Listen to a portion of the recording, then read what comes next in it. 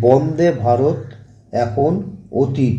এর যা স্পিড, তার থেকে আর একটা ট্রেন আসছে, তার স্পিড 160 কিলোমিটার গতিতে ছুটবে 2024 সালের মধ্যেই।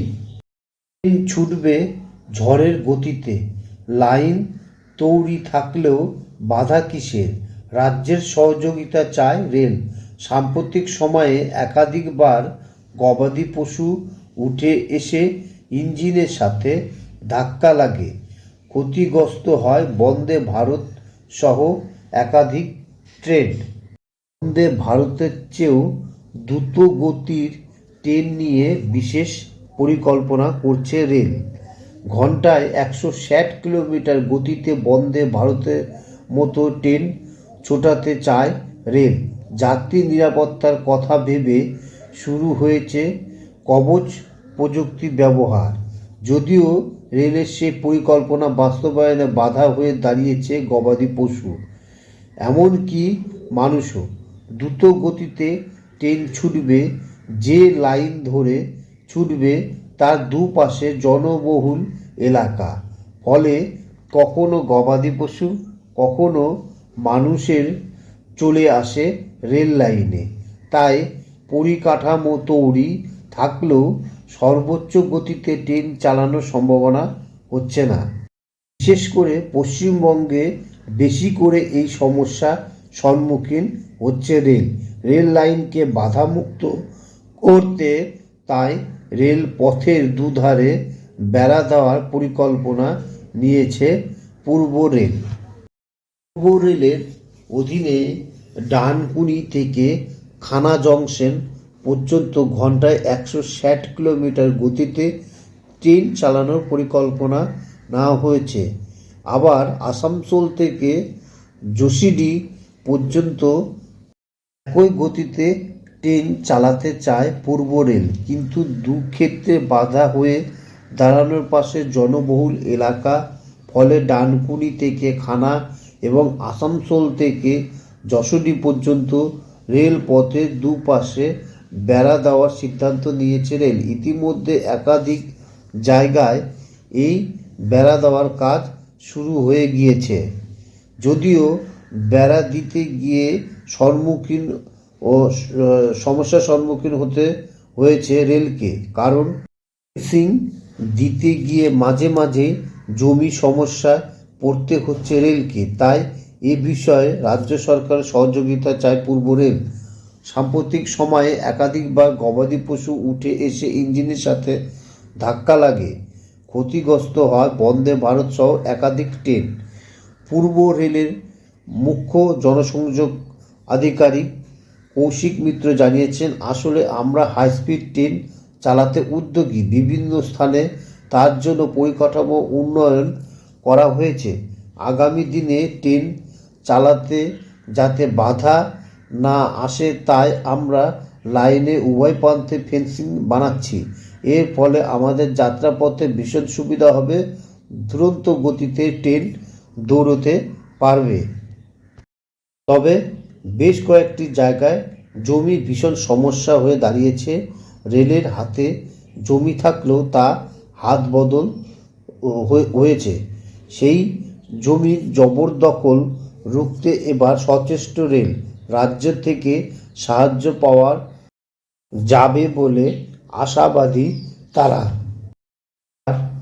রাজধানী দিল্লিতে চালু হতে চলেছে এমন এক ট্রেন যার গতি শুনলে চোখ কপালে উঠবে আপনার।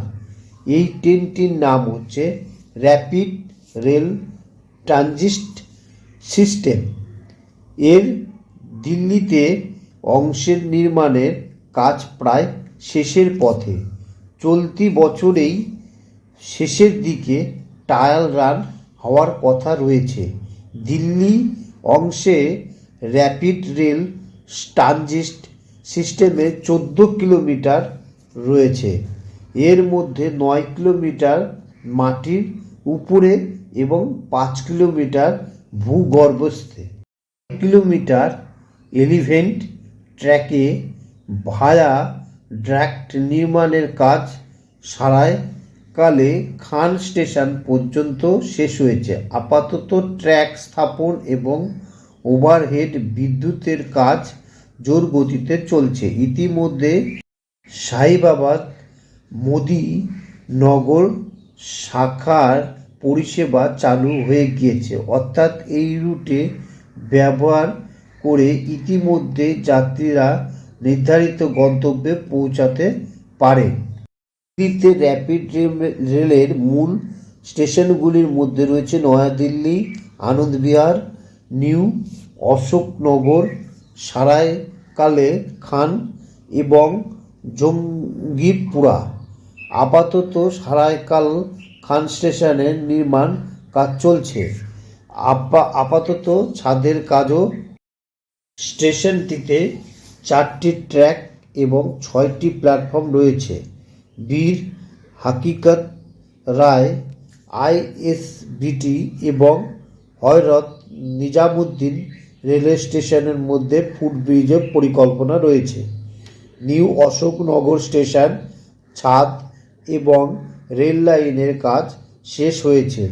মাটি থেকে 22 মিটার উঁচু স্টেশনটিতে মেট্রো স্টেশন এবং চিলাগাঁও, ময়ূরবিহার এক্সটেনের সহ আশেপাশে এলাকাগুলি সহ ফুট ওভারব্রিজ যুক্ত থাকবে। পুরো Delhi Ghaziabad Meerut rapid rail corridor 82 kilometre জুড়ে বিস্তৃত, যার মধ্যে 34 কিলোমিটার বর্তমানে চালু রয়েছে। মোদিনগর থেকে মিরাট দক্ষিণ পর্যন্ত অতিরিক্ত 8 কিলোমিটার নির্মাণ করা হবে। এই 82 কিলোমিটারের মধ্যে মাটির উপরে থাকবে প্রায় 70 কিলোমিটার।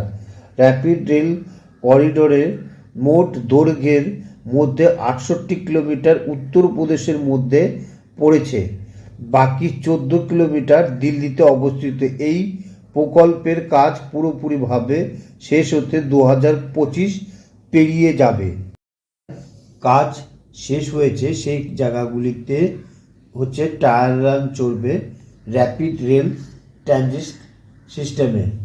সেই রেল অন্ততপক্ষে 160 কিলোমিটারের নিচে নামবেই না, 160 কিলোমিটারের উপরেই এর স্পিড থাকবে। যাত্রীদের খুব তাড়াতাড়ি এক জায়গা থেকে আরেক জায়গা পৌঁছানো খুব সহজ হবে।